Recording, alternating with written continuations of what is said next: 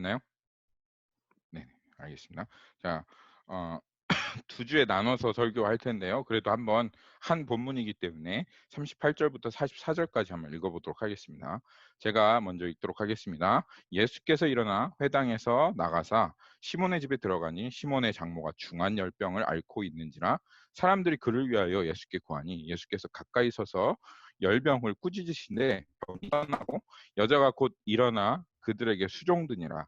해질 무렵에 사람들이 온갖 병자들을 데리고 나오매 예수께서 일일이 그 위에 손을 얹으시고 고치시니 여러 사람들에게서 귀신이 떠나가며 귀신이 나가며 소리질러 이르되 당신은 하나님의 아들이니이다. 예수께서 꾸짖으사 그들에게 말함을 허락지 아니하시니 이는 자기를 그리스도인 줄 알미러라.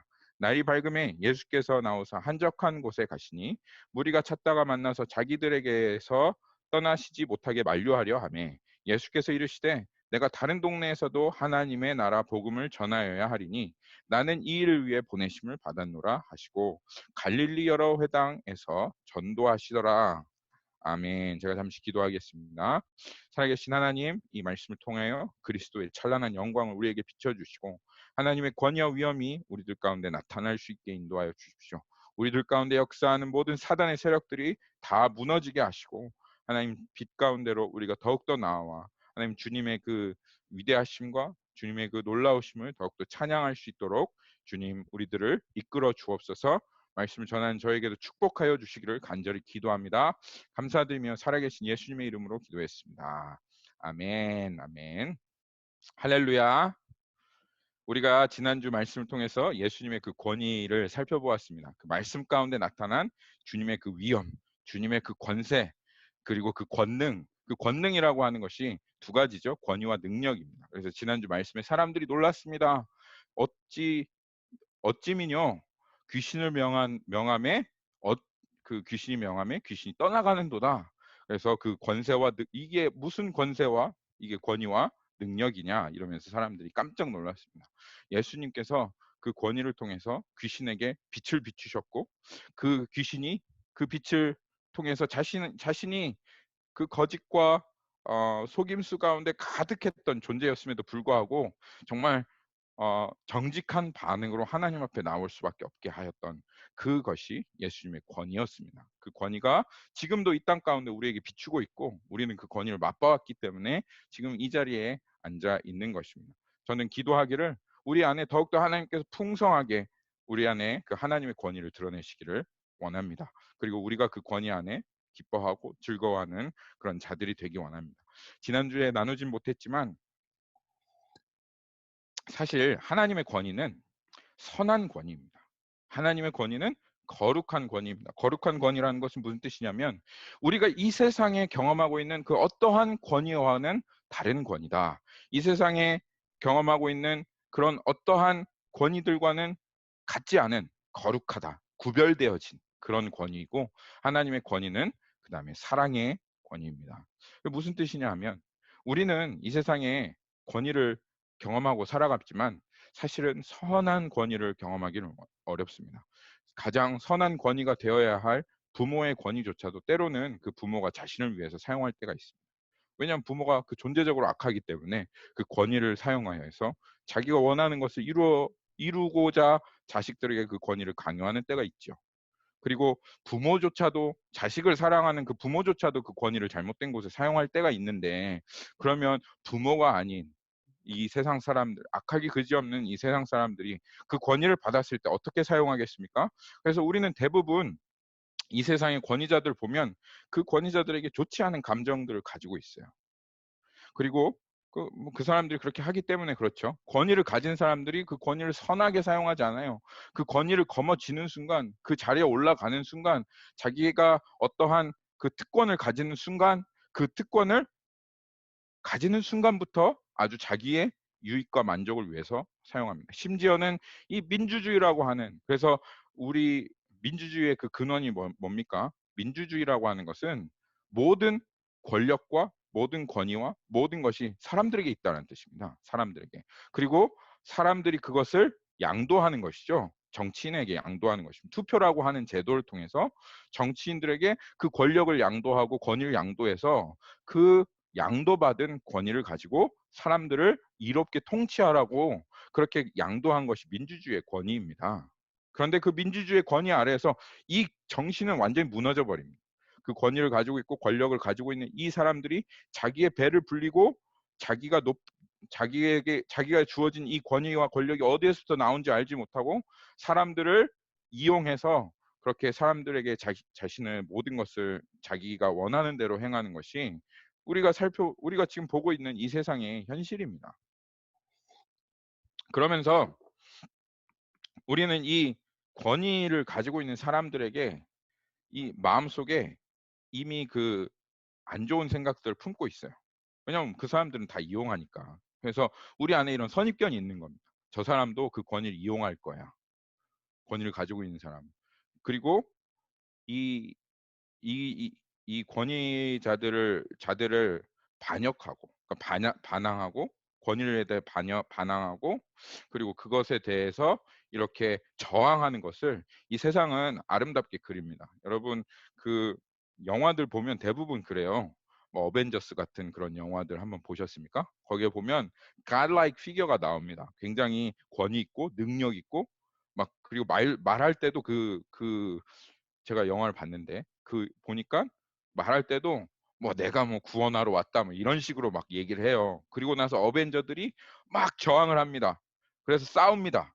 그래서 그 싸워서 이기는 것을 아름답게 묘사하는 것이죠. 그러니까 이러한 어, 이러한 것들을 통해서 이 세상은 계속 우리들에게 가르치고 있는 그 권위를 깨어뜨리고 무너뜨리고 저항하고 거기에 싸우고 하는 이것이 아름답다라고 그렇게 계속 우리들에게 교육하고 가르치고 있고 점점 더 이 세상 사람들에게 이것을 패역한 세상으로 그렇게 만들고 있는 것이 사단의 전략입니다. 사단의 전략. 그래서 예수님께서 그 시대의 사람들, 예수님이 살고 계셨던 그 세대의 사람들을 묘사하는데 두 가지로 묘사해요. 누가복음 9장에 가면 나와 있는데요. 악하고 패역한 세대라고 그렇게 얘기합니다. 패역하고 음란한 세대라고 그렇게 얘기해요. 패역하고 음란한 세대요. 이렇게 얘기합니다. 패역이 어떤 뜻인 줄 압니까? 패역은 폐륜적으로 거역한다 그런 뜻입니다. 그러니까 무슨 말이냐면 야 저런 참 상상도 하지 못할 그런 방법으로 거역을 하나 이럴 정도로 그 예수님이 살고 있었던 시대도 사람들의 특징을 딱 정의하면 패역한 것으로 정의할 수 있다 그렇게 얘기할 수 있다라는 거예요.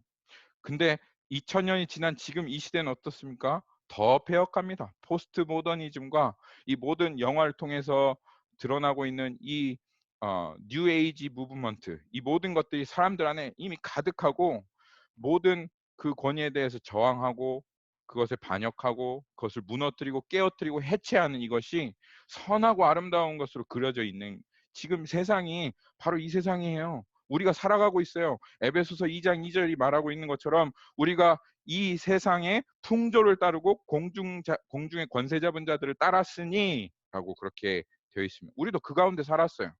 그리고 우리 안에 그것을 아름답게 묘사했고 그렇게 살아가는 것이 좋다라고 하는 것이 이미 우리 안에 길들여져 있습니다. 교육되어 있습니다. 그런데요. 감사한 것은 하나님의 은혜는 무엇이냐? 뭐 어쩔 수 없죠. 악한 권위가 가득하고 그리고 우리 안에 있는 이 권위에 대해 반역하려고 하는 이것에 대해서 정당화할 수밖에 없는 그런 풍조 가운데 우리가 살아가고 있었으니 그냥 모든 권위에 반대하고 반역하는 것이 그냥 우리의 성품이 되어버린 것이 바로 우리가 살고 있는 시대인데 근데 감사한 일은 무엇이냐면 그 하나님의 선한 권위가 우리들 인생 가운데 들어왔다는 것입니다. 그것이 감사한 것입니다. 우리도 세상의 풍조와 똑같은 그런 세상의 풍조를 따라서 살아왔지만 하나님의 선한 권위가 우리들 가운데 들어왔고 우리를 이제는 변화시키고 새롭게 하나님께서 그렇게 하셨다는 겁니다. 여러분 권위가 뭐라고 했죠? 권위는 무엇으로 정의하는 것입니다. 강혁 형제가 내 거다 이렇게 얘기하면 강혁 형제 내 거 됩니까? 내 거 될 수 없어요. 저는 권위가 없습니다.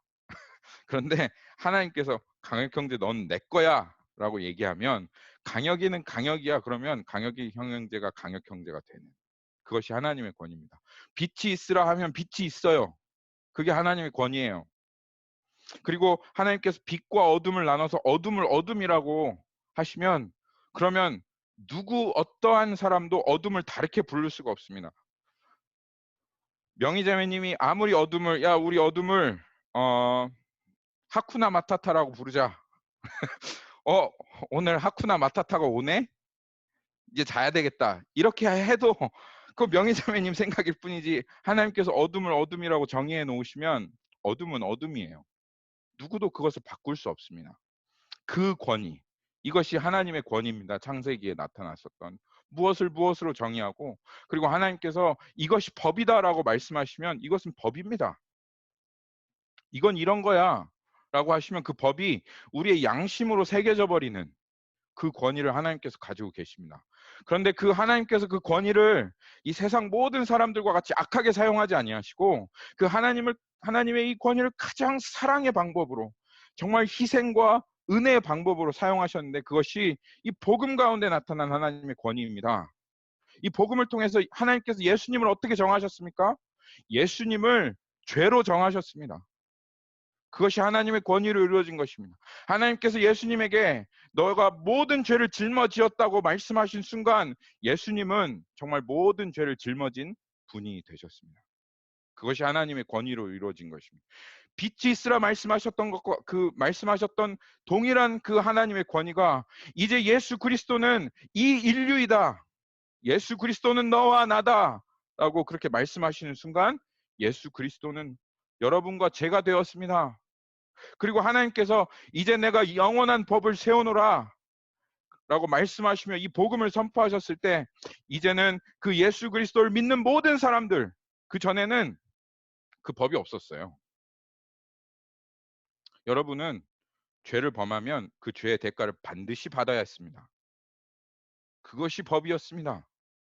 복음이 나타나지 않았을 때는 여러분, 우리가 지었던 한순간 한순간의 그 모든 죄의 대가를 다 치르기 전까지는 조금도 죄 사함이 있는 그런 세상이 아니었습니다. 그런데 하나님께서 그 하나님의 권위로 빛이 있으라 말씀하셨던 것 같이, 이 복음을 믿는 자, 예수 그리스도를 믿는 자는 용서를 받고 죄 사함을 받고, 그리고 하나님의 자녀가 되는 권세를 주셨다라고 말씀하시는 그 순간, 이 복음은 하나님의 권위로 인하여 영원한 법이 되었습니다. 그리고 그 법 아래서 우리는 이제 죄사함을 받았고, 의롭다함을 받았고, 그리고 용서함을 받았고, 이제는 하나님의 자녀가 된 것입니다. 이것이 하나님께서 그 하나님의 권위를 얼마나 선한 방식으로, 얼마나 사랑하는 방식으로, 그리고 하나님께서 그 권위를 통해서 오히려 자기 아들을 희생하시며 우리들에게 이 복음을 세우신 것을 우리는 경험한 사람들입니다. 그래서 그 권위가 우리 가운데 임하였고, 이제 그 하나님의 이 거룩하고 사랑에 충만한 이 권위가 늘 항상 악한 권위만 그렇게 대하며 살아와다 이 반역과 죄악으로 찌들어버린 우리의 이 반역성을 무너뜨리기 시작했습니다. 그것이 사랑의 권위가 하는 것입니다. 그리고 이제는 우리를 새로운 사람으로 만들었는데, 그 권위에 대해서 늘 항상 저항하고 도전하고 싫어하고, 그리고 무너뜨리려고 했었던 우리의 내면을 바꿔서 이제는 이 권위가 얼마나 아름답고, 그리고 얼마나 사랑스럽고, 이것이 얼마나 기쁜 것인지 거기에 복종할 뿐만 아니라 그것을 기뻐하고 즐거워하고, 그리고 그 선한 그 권위 앞에 기꺼이 따르는 그러한 사람으로 우리들을 하나님께서 변화시킨 것입니다. 이것이 하나님의 참된 권위, 하나님의 거룩한 권위가 우리들 가운데 그렇게 임하여 행한 그 일입니다. 그래서 기독교인의 정체성은 다른 것이 아닙니다. 기독교인의 정체성은 순복입니다. 순복. 여러분 순복이라는 단어 들어보셨습니까? 순복이라는 단어는 순순히 따른다는 뜻입니다. 저항하며 어쩔 수 없이 그냥 하기 싫은데 끌려가는 그러한 복종과 그러한 순종이 아니라 하나님의 권위를 기뻐하고 즐거워하며 그것이 얼마나 선한지를 알고 거기에 순전하고 기뻐하는 마음으로 거기에 복종하고 거기에 자신을 서밋하고 그리고 그것을 따라가는 것이 그것이 어, 그리스도인들의 정체성입니다. 그리고 그것을 경험한 사람. 그래서 이 하나님의 이 온전한 권위를 경험한 그 사람이 정말 복을 받은 사람이요. 그리고 그 가운데 그렇게 순복하며 따라갈 수 있는 것이 바로 그리스도인의 참된 모습이다. 그래서 여러분 이 패역한 세대 속에 정말 아무도 따르지 않습니다. 아무도 순순히 복종할 마음이 없습니다. 이용당하고 싶지 않으니까요. 그리고 무너뜨리는 게 맞다 생각하거든요. 그런데 우리 안에 하나님께서 이 세우신 새로운 권위 가운데 정말 어, 이 세상 가운데서 참되게 하나님께 순복할 수 있는 그런 참된 복된 그리스도인들이 되기를 바랍니다. 아멘. 네, 아멘. 주님은 선하십니다. 우리는 그것을 의심하면 안 되겠습니다. 그리고 사단의 이 권세를 깨어뜨리겠습니다. 그리고 오늘 말씀을 통해서도 계속 이 하나님께서 하나님의 말씀을 선포하시는데 여기에서도 계속 그 권능에 대해서 얘기하고 있습니다. 누가복음 4장으로 다시 한번 돌아가 보았으면 좋겠습니다.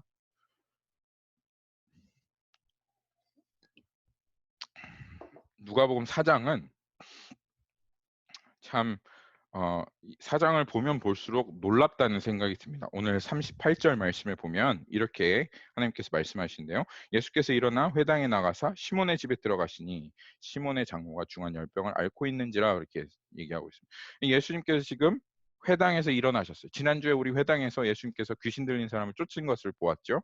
그리고 예수님께서 이제 회당에 일어나셔서 시몬의 집으로 들어갔습니다. 여기 시몬이라고 하는 사람이 누굽니까? 성경에 보면 여러 명의 시몬이 나오는데요. 이 시몬이라는 사람이 여기 누구죠? 이 시몬은 베드로입니다. 베드로. 예수님의 제일 제자라고 첫 번째 제자라고 불리는 그 베드로인데요. 예수님께서 회당에서 나가셔서 시몬의 집에 들어갔더니 거기에 열병에 걸린 코로나 바이러스에 걸린 시몬의 장모가 있었던 거예요. 그래서 그 시몬의 장모를 예수님께서 치유하시는 장면인데 이 제가 말씀을 보면서 좀 하나님 이런 마음이시구나라고 하는 것을 깨닫게 되고 또 하나님 이런 뜻으로 이렇게 하시는구나라는 걸 깨닫게 됐던 것이 뭐냐면 지금 이게 좀 여러분 여기에 보면 이상한 게 있습니다. 여기 뒤에 5장 첫 번째 보면 무슨 장면이 나오죠? 한번 여러분 보시겠어요? 5장 1절 누가복음 5장 1절을 보면 예수님께서 베드로를 부르시는 장면이 나옵니다. 예수님 베드로가 밤늦도록 수고하고 물고기를 못 잡았는데 예수님께서 베드로를 맨 처음 부르셔서 물고기를 잡게 하시고 제자로 부르신 장면이에요. 메이크 센스가 되지 않죠. 그렇죠? 아니 시몬의 집에 들어갔을 때 제자로 부르시지 왜 나중에서야 제자로 부르시냐. 그런데 그게 아니라 지금 누가복음은 시간 순서로 기록되어 있는 것이 아닙니다. 여러분 마가복음 1장으로 한번 가보시겠습니까? 마가복음 1장으로 가시면 여기에 시간 순서로 잘 기록되어 있는데요. 마가복음 1장에 잘 나와 있습니다. 1장 16절에 가보면 예수님께서 갈릴리 해변을 지나가시다가 시몬과 그 형제 안드레 그리고 19절에 보면 세베대의 아들 야고보와 그 형제 요한을 보시니 그들도 그물을 깁는데 그들을 다 부르셨어요. 그래서 제자가 되게 하셨어요. 그리고 29절 말씀 한번 보십시오.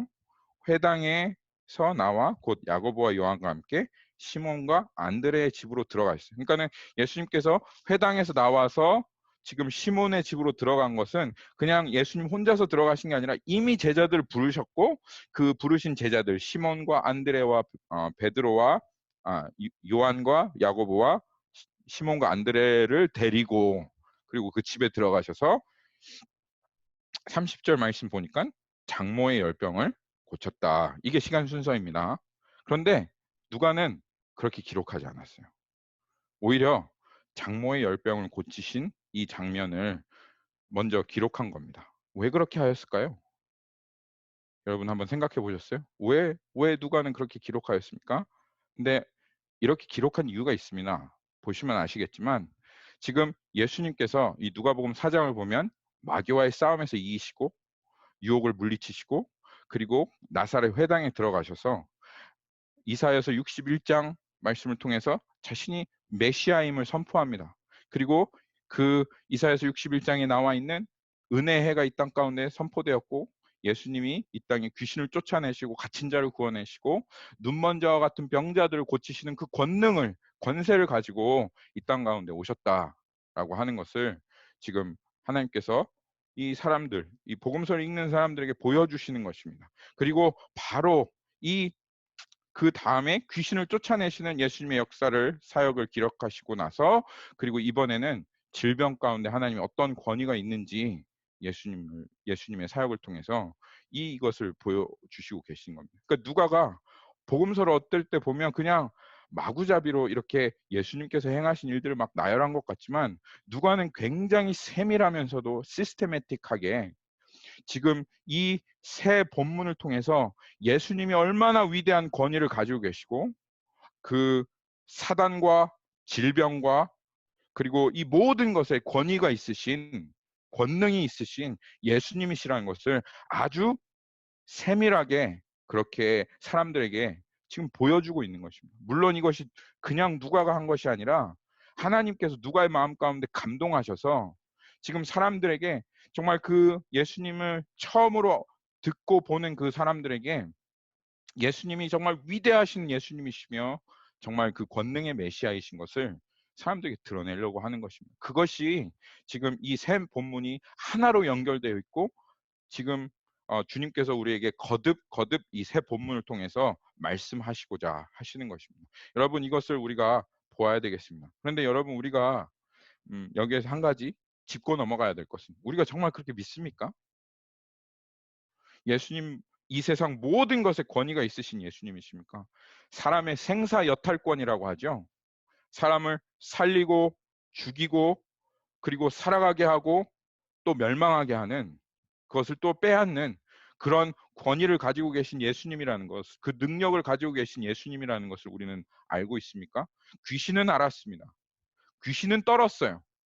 야고보서에 보면 하나님은 한 분이신 줄 아느냐? 귀신도 믿고 떠느니라.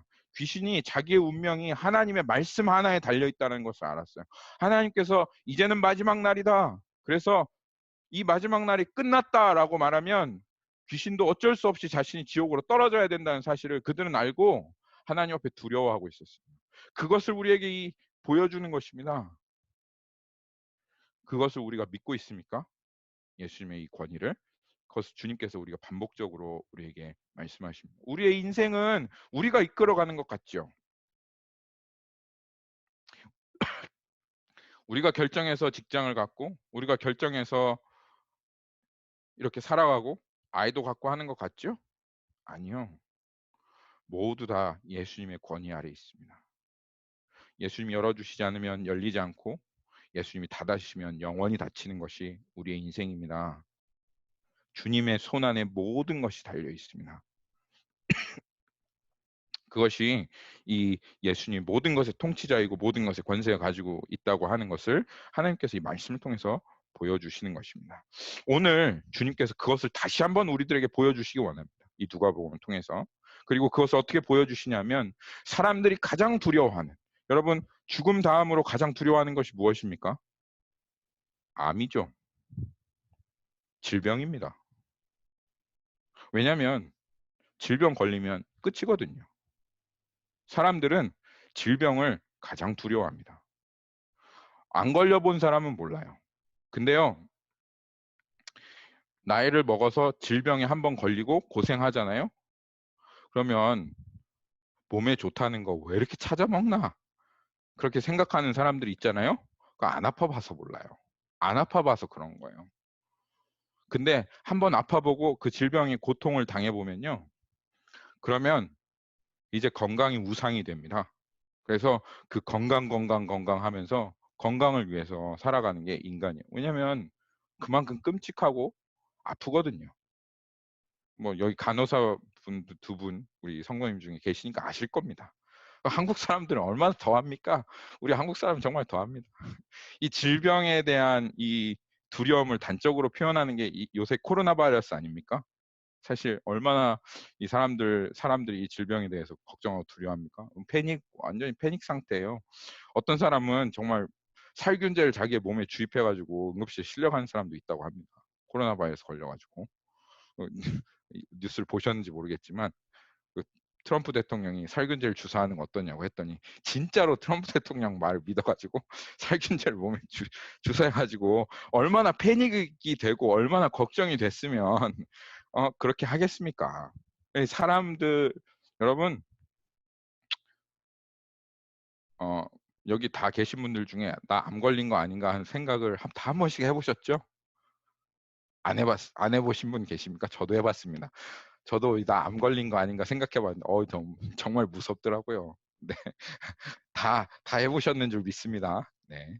근데 우리가 살아가고 있는 이 시대는 이 메디컬 테크놀로지가 얼마나 발달한 시대입니까? 그리고 월그림만 가도 해열제 다 있고 뭐 병원에 가서 응급실에 언제든지 갈 수 있는 그런 시대인데, 근데 이 예수님이 살았던 이 고대 시대는 그런 것도 없는 시대 아니에요? 그리고 사람들이 그러니까 얼마나 사람들이 그 열병들을 두려워했겠어요. 특별히 옛날 사람들 보면 우리는 잘 모르지만 열병에 걸려서 이렇게 뭐라고 할까 불구가 된 사람들 많았어요. 열병을 제대로 우리 그렇게 되죠. 열을 제대로 이렇게 잡지 못하면 그 열이 장기를 파손시킵니다. 그래서 눈을 잃거나 시력을 잃거나 청력을 잃거나 아니면 피부에 막 부스럼이 생기거나 아니면 그 열병으로 불구가 되거나, 그래서 옛날 사람들 소아마비 걸린 사람들도 많이 있었어요. 네. 소아마비가 되거나 심지어는 그 열병으로 죽는 사람들이 참으로 많이 있었던 게 옛날 시대였습니다.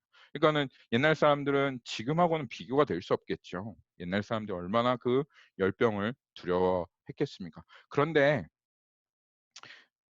사람들이 이 질병을 두려워했었던 이유 중에 단지 그 질병이 가져오는 고통 때문이 아니라 옛날 사람들은 그 질병에 대해서 이것은 하나님이 나한테 진노하신 것이다, 신이 나에게 지금 저주를 내린 것이다 라고 그렇게 받아들였기 때문에 그것이 더 두려웠어요. 그리고 이 신의 진노가 나에게 풀어지지 않는다면 그러면 이 열병이나 이런 모든 병들은 나을 수가 없다라고 그렇게 받아들였기 때문에 그것이 사람들을 더욱더 두렵게 했습니다. 그래서 옛날도 아니죠.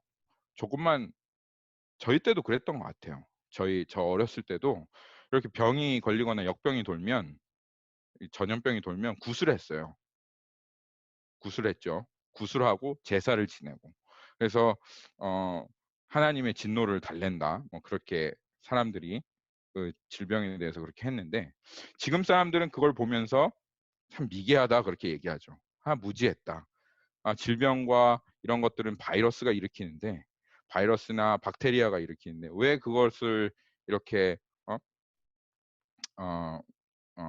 왜 그것을 이렇게 구술하고 제사를 지내고 하느냐. 그래서 참 미개한 사람들이고, 우리는 이 발달한 과학 기술이 있기 때문에 우리는 그렇지 않는다. 우리는 질병을 정복할 수 있고, 그리고 그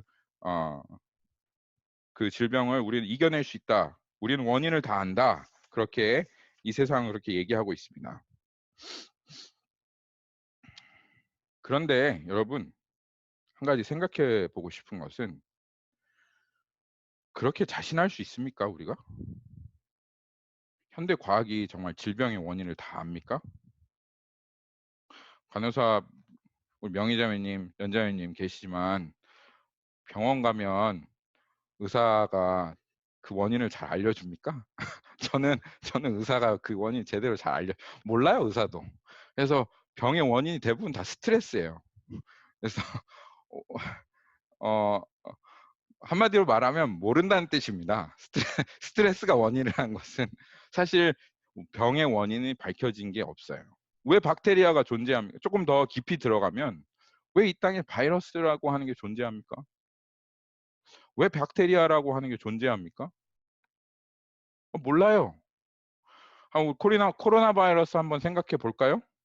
코로나 바이러스가 생겨난 원인이 거기 우한 지역에 있었던 그 사람들이 박쥐, 야생 박쥐를 잡아먹어서, 또는 그 야생 박쥐와 연관이 되어 있는 뱀을 잡아먹어서 생겼다고 그렇게 얘기합니다. 근데 재밌는 사실은, 사람들이 간과하고 있는 사실은 뭐냐면, 그 우한 지역에 있는 사람들은 몇백 년 동안 그렇게 살았어요. 거기에는 야생 동물을 잡아서 파는 시장이 있을 정도로, 그래서 계속 그 박쥐랑 뱀이랑 그 사람들은 몇백 년 동안 계속 그 시장에서 그것을 잡아다 먹고 살았어요. 근데 몇백 년 동안 멀쩡하다가 왜 2020년도에 갑자기 거기에서부터 바이러스가 온 세상에 전염됩니까? 왜, 뭐가 이유입니까? 뭐 숙주는 알겠다고 하는데 왜 이제까지는 멀쩡했다가 갑자기 2020년도에 이 코로나 바이러스가 세상을 강타하고 수많은 사람들이 그것에 고통을 당하고 죽고 있습니까? 우리가 원인을 알고 있습니까? 몰라요. 현대의학은 아무리 발달을 했다 할지라도 계속 원인을 알지 못하는 병들이 발생하고, 간호사분들 아시겠지만 이, 이 병의 원인을 아는 병보다 모르는 병이 사실 더 많습니다. 그렇죠? 네, 맞아요. 그리고 영원히 잘 모를 거예요. 그런데 여러분, 성경이 근본적으로 우리들에게 이야기하고 있는 것이 있습니다. 왜 이 땅에 질병이 있는가? 왜 우리는 질병으로 고통하는가? 성경이 말하는 것은 이 질병이 이 땅 가운데 들어온 것은 죄로 인해서 들어왔다는 거예요. 죄의 저주로 인해서. 죄에는 여러 가지 저주가 있습니다. 그런데 그 저주 중에 하나가 질병이다. 그리고 그 질병으로 인하여 이 땅은 고통하게 되었다라고 하는 것이, 성경이 우리에게 질병이 이 땅 가운데 있는 이유입니다. 그래서 이 질병으로 인해서 사람들은 고통당할 수밖에 없게 되었고, 그리고 아플 수밖에 없었는데, 이것은 죄가 이 땅에 있고 그 저주로 인한 것이다. 그리고 하나님께서는 죄를 범한 자들을 이렇게 질병으로 또 이런 저주로 다스리신다라고 성경을 통해서 말씀하고 계십니다. 그것들을 성경을 통해서 한번 살펴보겠습니다. 이것을 살펴보아야지 오늘 예수님께서 이 질병을 이기셨다라고 하는 것이 무슨 뜻인지를 우리가 더욱더 명확하게 알 수 있습니다. 그래서 신명기 28장 한번 말씀 가볼까요? 신명기 28장.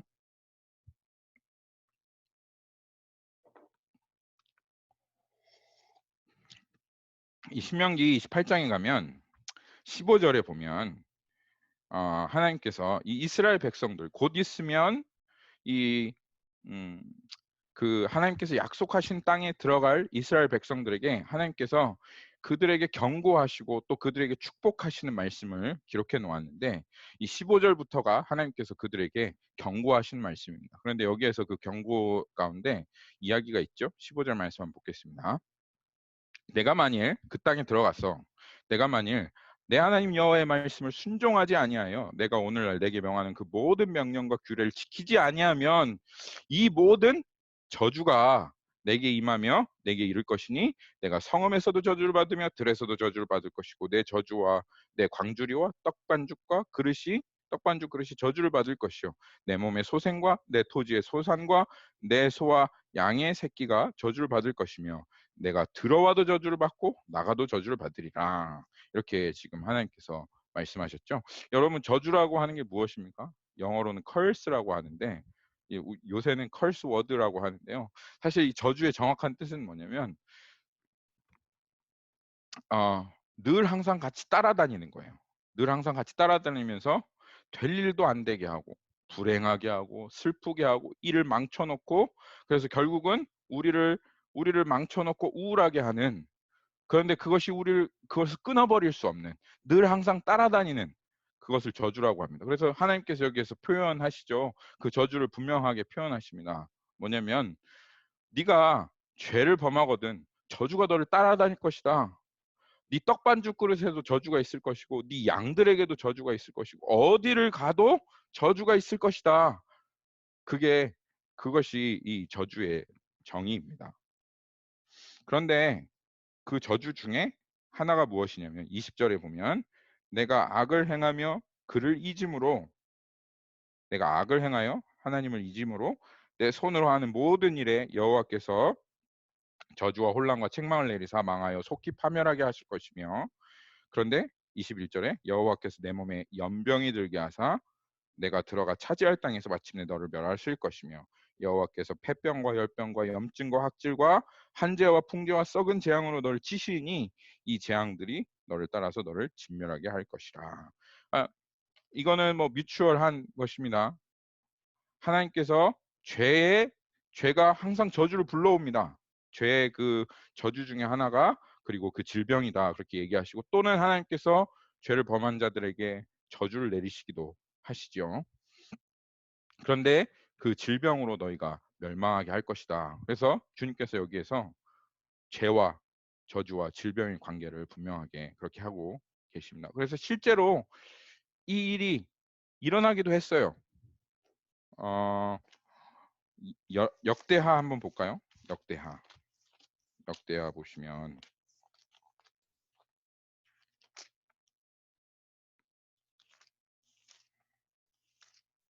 역대하 28장에 보시면 우자야라고 하는데요. 영어 한국말로는 잠깐만요. 20 죄송합니다. 역대 26장이네요. 여기 26장에 보면 우시야라고 하는 왕이 나옵니다. 거기에 유다 온 백성이 나이가 16세 된 우시야를 세워 그의 아버지 아마시아를 대신하여 왕을 삼았다. 유대의 왕 중에 하나인데요. 이 사람은 처음과 마지막이 극명하게 다른 왕이었습니다. 첫 번째 왕이 되었을 때는 이 우시야는 연약했어요. 16살에 왕이 되었으니 뭘 알겠습니까? 그는 두려웠고 무서웠고, 그래서 하나님을 의뢰했습니다. 그리고 하나님께서 그에게 축복하여 주셨어요. 그래서 그 군대는 강하게 됐고 강한 왕권을 갖추게 되었습니다. 그런데 여러분, 신앙은 언제 드러나게 됩니까? 우리가 모자라고 부족하면 신앙은 드러나지 않아요. 보이지 않아요. 모자라고 부족할 때는 하나님을 의지하고 저 이거 없어요. 저 하나님 믿습니다. 저에게 이거 주세요. 라고 하다가도 이제 필요한 것이 없어지고 강해지고, 그리고 하나님 없어도 살만하면 그럼 그때 신앙의 모습이 드러나는데, 그게 우시아에게 드러났어요. 16절에 한번 볼까요? 16절. 그가 강성하여짐에 그 마음이 교만하여 악을 행하여 그의 하나님 여호와께 범죄하되 곧 여호와의 성전에 들어가서 향단에 분향하려 한지라, 그렇게 기록되어 있죠. 그가 강하여졌어요. 그의 왕권이 아주 강하여졌습니다. 그리고 그 군대로 인하여 나라는 튼튼해졌고, 이제 더 이상 하나님께 그런 것들을 구하지 않아도 혼자 살만하게 되었습니다. 그럴 때 그의 마음이 교만해진 겁니다. 그리고 그가 하나님을 떠나갔습니다. 하나님을 범죄했어요. 그리고 그는 그렇게 생각했습니다.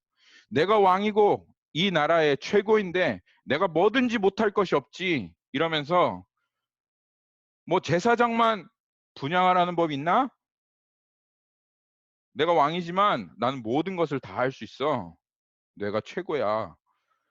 그래서 제사장이 분향해야 하는데 그 자신의 본분을 넘어서서 그가 제사장이 했던 분향을 하려고 했어요. 그랬더니 그 왕 곁에 있었던 그 제사장들이 막 분연이 일어났습니다. 왕이시여, 그러면 안 됩니다.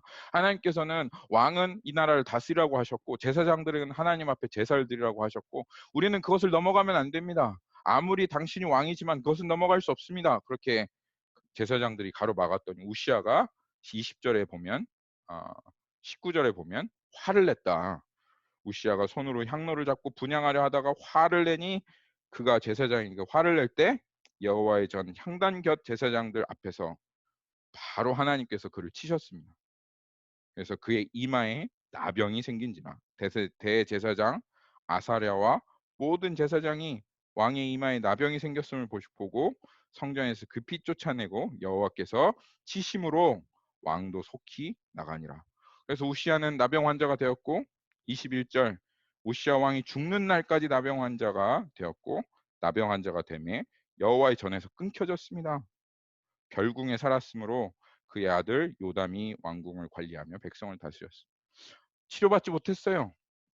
하나님께서 그 우시아의 교만함과 하나님을 떠남과 자신의 본분을 지키지 않음을 보시고 그 죄의 저주로 우시아에게 나병을 걸리게 하신 것입니다. 실제로 하나님께서 신명기에 하였던 그 저주를 이 한 나라의 왕이라고 하는 우시아의 그 이마에 그렇게 하게 되었던 것이죠.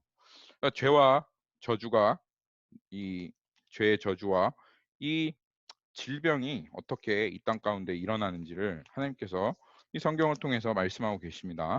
하나만 더 보기를 원합니다. 사무엘 하입니다.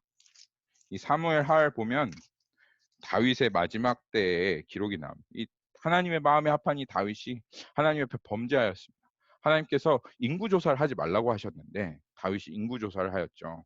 그리고 나중에 다윗이 하나님 앞에 자신이 범죄한 것을 깨닫고 회개할 때 하나님께서 그 다윗에게 죄의 그 저주가 따라온다는 것을 보여주시기 위해서 선견자요 선지자라고 불리는 갓을 하나님께서 그에게 보내셨어요. 그래서 그것이 13절입니다. 12절, 12절을 한번 볼까요? 24장, 사무엘하 24장, 12절, 13절. 가서 다윗에게 말하기를 여호와께서 이같이 말씀하시기를 내가 내게 세 가지를 보이노니 너를 위하여 너는 그 중에서 하나를 택하라. 그러니까 하나님께서 말씀하시는 것이 가세에게 너 가라. 다윗에게 가서 너에게 세 가지 선택권이 있다라고 하는 것을 이야기해 줘라. 그리고 그 중에 하나를 택하라고 해라. 내가 그것을 내게 행하리라. 그렇게 내가 할 것이다 하시니 그 세 가지 선택이 뭐냐면 13절에 가시 다윗에게 이르러 아뢰되 왕의 땅에 7년 기근이 있을 것이니까 혹은 왕이 왕의 원수에게 쫓겨 석 달 동안 그들 앞에서 도망하실 것이니까 혹은 왕의 땅에 사흘 동안 전염병이 있을 것이니까 왕은 생각해보고 나를 보내신 이에게 무엇을 대답해야 하는지 나에게 알려주소서. 이렇게 얘기했죠. 얼마나 이 고통스러운 선택입니까? 그렇죠? 그래서 다윗이 14절에 보면 이 정말 고통스럽다. 그런데 사람들의 손에 떨어지는 것보다 자비로우신 하나님의 손에 떨어지는 것이 좋겠다. 그래서 다윗이 선택한 것은 3일 동안에 하나님의 전염병이 그 땅을 치는 것이었습니다. 그래서 15절에 보면 여호와께서 그 아침부터 정하신 때까지 전염병을 이스라엘에게 내리니 단에서부터 부활세배까지 백성의 죽은 자가 7만 명이다. 그랬습니다. 7만 명. 이게 피부로 잘 와닿지 않으시죠? 그렇죠? 지금 코로나 바이러스가 미국에서 유행한 지 한 달 반 정도 되었나요? 한 6, 7주 되었습니다. 6, 7주 동안 이 미국에서 몇 명이 죽은 줄 아십니까? 코로나 바이러스로 인해서 6만 6천 명이 죽었습니다. 이 큰 나라에 그리고 지금 한 100만 명 조금 넘게 걸렸는데 그 걸린 사람들이 한 달 2, 3주 지나는 시간 동안 6만 6천 명이 죽었는데 지금 하나님께서 보내신 질병으로 인해서 3일 만에 7만 명이 죽은 겁니다. 3일 만에. 3일 만에 그 조그만한 이스라엘 땅덩어리 인구도 얼마 안 되는 그 이스라엘에서 7만 명이 죽었으면 매장지가 없었을 거예요. 각 집에 한 사람은 꼭 죽었을 겁니다. 정말. 그토록 이 하나님이 내리신 질병은 무서웠습니다. 이것뿐만 아닙니다. 여러분. 성경을 보십시오. 수없이 많은 부분에서 하나님은 죄와 질병과 죄의 저주를 연결하여서 그렇게 이야기하고 있습니다. 이것이 2000년 전에 살았던 그 사람들이 이 질병의 걸림을 보고 더 두려워했고 안타까워했던 것입니다. 그리고 이 죄의 저주로서 질병을 인정하고 그것에 대해서 회개하고 고통을 당하며 또 하나님 앞에 더욱더 그 질병으로 인하여 나아갔던 것이죠. 여러분, 오늘날은 어떻습니까?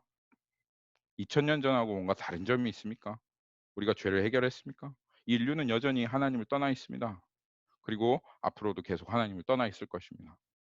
그리고 이 죄와 이 질병은 이 땅 가운데 이 죄의 저주로 인해서 들어온 것이 성경에서 분명히 말하고 있는 것입니다. 그래서 앞으로 이 인류가 영원히 구원받을 때까지 질병은 계속 존재할 거예요. 사람들은 계속 아파할 것이고 죽어갈 것입니다. 그리고 이 질병을 대하는 우리의 태도는 이 성경적인 태도가 되어야 되는 것이죠. 어떻게 바라보시겠습니까? 이 코로나가 이 땅을 이렇게 점령하고 있는 이것을 보면서 우리는 어떤 태도를 취해야 되겠습니까? 그리고 그것으로 아파하고 고통하고 있는 사람들에게 우리는 어떤 마음을 가져야 됩니까? 그것이 첫째로는 우리 인류의 죄악이고 또한 나의 죄악 때문이다라고 하는 것을 하나님 앞에 우리가 고백하고, 그리고 하나님께 이 땅을 불쌍히 여겨달라고 그렇게 고백해야 합니다. 그리고 이 저주가 끊어지도록 우리는 그렇게 간구해야 하는 것입니다. 그렇죠? 네. 이것을 우리 안에 분명히 인식해야 오늘 하나님께서 무슨 일을 하시는지 우리들 가운데 분명하게 보여집니다. 예수님께서 무슨 일을 하시는지 보기 전에 한 가지 여러분들하고 나누고 싶은 것이 있습니다. 하나님 지금도 그렇게 하십니까? 구약 성경에 이렇게 질병을 내리셔서 사람들을 징계하시고 그 죄의 저주가 따른다고 하는 것을 보여주셨던 것 같이, 지금 이 구약이 아닌 신약 시대에 살고 있는 우리들에게도, 그리고 교회 안에 살고 있는 우리들에게도 하나님께서 이렇게 하십니까? 여러분 어떻게 생각하십니까? 저는 그렇게 하신다고 생각합니다. 왜냐하면 예를 들어서 고린도 전서 11장을 보면 하나님께서 성찬식에 참여하는 그 사람들 중에서, 우리 이 말씀 들었었죠. 성찬식에 참여한 사람들 중에서 성찬식에 그냥 먹고 싶은 마음으로 이렇게 참석한 사람들이 있었습니다. 믿음을 분명하게 하지 않고.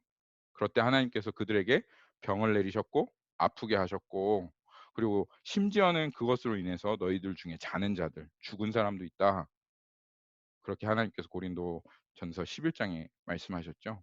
그리고 하나님이 나중에 이 땅을 치는, 그래서 이 땅에 심판을 부으실 때 각종 역병과 재앙으로 이 땅을 부으신다, 그렇게 말씀하셨습니다. 오늘날에도 하나님께서 우리들 가운데 그렇게 하십니다. 그리고 모든 질병이 그런 건 아니겠죠. 우리가 걸리는 모든 질병이 그런 건 아니겠지만, 그래도 우리가 그 질병을 볼 때 적어도 우리가 하나님을 떠나 이렇게 고통하고 있다라고 하는 마음을 갖는 것이, 그리고 이 저주가 우리들 가운데 사라지기를 바라고, 또 심지어는 내가 무엇을 하나님 앞에 잘못했는가, 왜 이렇게 아픈가, 이것을 생각해 보는 것이 성경적인 그러한 태도라고 할 수 있겠다. 저는 그렇게 생각합니다, 여러분. 그러면 오늘 이제 다시 누가복음 말씀 돌아와서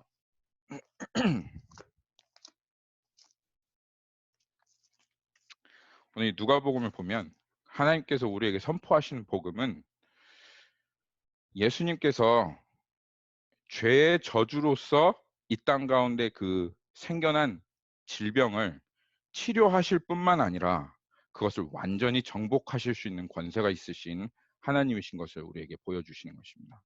아무리 의학기술이 발달해도 우리는 질병을 정복할 수 없습니다. 그리고 인류는 그 질병을 정복하지 못할 것입니다. 왜냐하면 분명히 성경에서 말한 바와 같이 이 질병은 죄로 인해 생겨난 겁니다. 저주의 한 부분으로. 이 땅 가운데 죄가 존재하는 이상 절대로 질병은 사라지지 않을 것이고 계속 아플 것이고, 그리고 이 죄의 문제가 해결되지 않는 이상은, 그리고 하나님과 단절된 이 관계가 회복되어지지 않는 이상은 우리는 이 질병을 해결할 수 없을 것입니다. 그런데 오늘 예수님께서, 예수님이야말로 그 죄의 저주를 끊어내시고 거기에서부터 우리를 자유케 하실 수 있는 하나님이신 것을 오늘 말씀을 통해서 보여주시는 것이죠. 그 말씀을 어디를 통해서 볼 수 있냐 하면 그 4장에 보면 예수님께서 그 시몬의 장모에게 병을 꾸짖습니다. 병에게 떠나가라, 그렇게 말씀하실 때 그 병이 즉시로 떠나가고, 그리고 그 장모의 열이 즉시로 나옵니다. 내립니다. 그리고 거기에 보면 장모가 일어나서 수종을 든다라고 하는 그 말씀이 있는데, 열병에 걸려 보신 분들은 아시겠지만 이 열병에 걸리면 우리의 기력이 다 소진합니다. 아무리 병이 낫고 열병이 떨어져도 일어나서 바로 누구에게 밥을 해주고 그럴 수가 없어요. 그 회복되어지는 그 리커버리하는 기관이 분명히 필요하고, 그리고 기력을 회복한 후에야 활동을 할 수 있는 것이 우리 인간의 육체입니다. 그런데 오늘 예수님께서 말씀하시는 것은, 예수님께서 그 질병을 떠나가라고 명령하자마자 바로 열이 떨어지고 완전히 기력이 회복되어지고, 그리고 오히려 예수님께 수종을 들었다고 하는 것은 예수님이 그냥 질병을 낫게 했다는 것뿐만 아니라 예수님이 이 질병을 정복하셨다 그런 뜻입니다. 그리고 예수님께서 이 질병이 가지고 있었던 이 저주를 완전히 깨어뜨렸다고 하는 것을 보여주시는 것입니다. 그 예수님의 권세가 있다라고 하는 것을 사람들에게 지금 보여주고 있는 것이죠. 근데 이 예수님의 말씀의 기록들을 살펴보면 전부 다 그런 기록들입니다. 예수님께서 단계적으로 어떤 사람들을 치료해 준 적이 없어요. 보게 하신 분은 즉시로 보게 하였습니다. 나사로에게 예수님께서 명령하셨을 때 예수님께서는 그 나사로가 나오라고 하니까 나사로는 그 바로 즉시로 뛰어나왔습니다. 썩어가고 있는 나사로의 몸이 즉시로 나은 것입니다. 이것을 통해서 예수님께서 우리를 치료하시는 분일 뿐만 아니라 그냥 단지 치료하시는 것이 아니라 죄로 인해 이 땅에 들어온 저주로서의 병을 깨어뜨리시고 우리를 늘 항상 따라다니며 우리를 불안하게 하고 우울하게 하고 그리고 뭘 해도 잘 되어지지 않는 우리의 삶에 그 따라다녔던 내가 범한 죄로 인한 저주를 깨어뜨릴 수 있는 권세가 있다라고 하는 것을 하나님께서 이 말씀을 통해서 우리에게 보여주시는 것입니다. 할렐루야.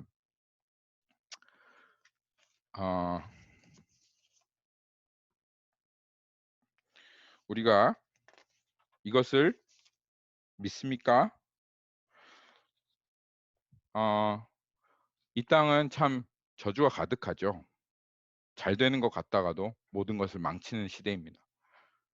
가정을 망치고 우리의 삶을 망치고 우울하게 하고 행복하지 못하고 여러 가지를 참 망치는 시대인데 주님께서 우리를 그 죄에서부터 건져내시고 뿐만 아니라 우리를 늘 항상 따라다니는 이 저주에서부터 심지어는 병에서부터 건져주실 수 있다는 것이 오늘 주님께서 우리에게 선포하시는 말씀입니다. 마지막으로 한 구절 말씀만 더 읽고 말씀 마치고 싶은데요. 출애굽기에 보시면 출애굽기 15장 26절 있습니다. 26절 거기 한번 보겠습니다. 25절 중간에서부터 제가 읽겠습니다. 여호와께서 그들을 위하여 법도와 율례를 정하시고 그들을 시험하실 때 이르시되 너희가 너희 하나님 나 여호와의 말을 듣고 들어 순종하고 내가 보기에 의를 행하면 내 계명에 귀를 기울이며 내 모든 율례를 지키면 어, 내가 애국 사람에게 내린 모든 질병 중 하나도 너에게 내리지 아니하니 나는 너희를 치료하는 여호와다라고 그렇게 약속하셨습니다. 너희를 치료하는 여호와다라고 주님 말씀하셨습니다. 이 치료는 단지 우리의 질병을 치료하신 것이 아닙니다. 우리를 따라다니는 이 저주를 치료하시고 그리고 그것을 깨트리시는 것입니다. 오늘 주님께서 우리에게 선포하시는 복음은 이것입니다. 주님께 나오십시오. 주님께서 여러분들을 지키시고 그리고 치료하시고 우리들 가운데 이 모든 것을 깨어뜨리시고 하나님께서 우리를 자유하게 하실 것이다 라는 것이 오늘 하나님 말씀입니다.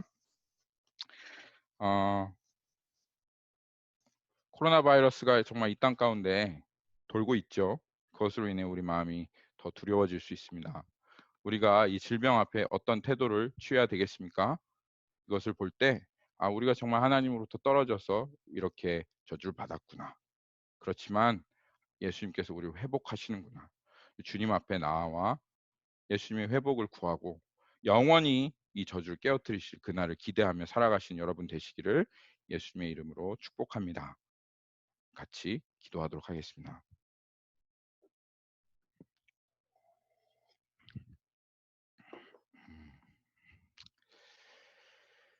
살아계신 하나님, 오늘 누가복음의 말씀을 통해서 하나님께서 권위가 있으신 하나님이신 것을 그리고 우리들 가운데 저주를 깨어뜨리러 이 땅 가운데 오신 그 메시아이심을 주님 보여주셔서 감사합니다. 하나님, 우리가 망쳐버린 이 땅과 또 하나님을 떠나버린 이 땅 가운데 질병이라고 하는 죄의 저주가 들어왔습니다. 우리는 아파할 수밖에 없고 고통할 수밖에 없습니다. 그리고 그것으로 인하여 두렵고 또 두려움 가운데 살아갈 수밖에 없는 저희들 되었습니다. 하지만 하나님 우리를 축복하여 주시고 오늘 예수 그리스도께로 나아가는 우리 성도들을 주님 축복하여 주시사 이들 가운데 하나님의 그 영원한 생명을 허락하여 주시기를 간절히 기도합니다. 그리고 하나님 이제는 질병 또한 아픔 또한 고통 또한 하나님께서 축복으로 바꾸셔서 우리의 유익이 되게 하시는 그 일을 행하시는 주님, 하나님께서 그 복으로 우리 성도들에게 더하여 주시고 우리 모든 사람들에게 더하여 주시기를 간절히 간구합니다. 모든 것을 살아계신 예수님의 이름으로 기도하였습니다. 아멘.